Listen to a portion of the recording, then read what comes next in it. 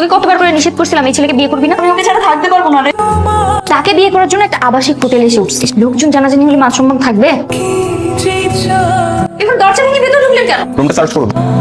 হোটেলে রেড করেছে। দেখতে শুনতে তো দুজনকে ভদ্র মনে হচ্ছে, তারপরও এগুলো নোংরা কাজ করতে কি লজ্জা করছে না? কি আজে বাজে কথা বলছেন? ইন্সপেক্টর, ওনাদেরকে থানায় নেওয়ার ব্যবস্থা করুন। প্লিজ আমাদেরকে থানায় নেবেন না, আমরা ভদ্র ফ্যামিলির মেয়ে, আমাদের মান সম্মান আছে। আমাদের ভুল হয়ে গেছে, আমরা আর কখনো এরকম হোটেলে আসবো না। শুধুমাত্র আপনাদের উজ্জ্বল ভবিষ্যতের কথা ভেবে আজকের মতো আপনাদেরকে ছেড়ে দিচ্ছি। Thank you. আমি আমার মেয়ে দুটোকে খুব আদর্শে বড় করেছি।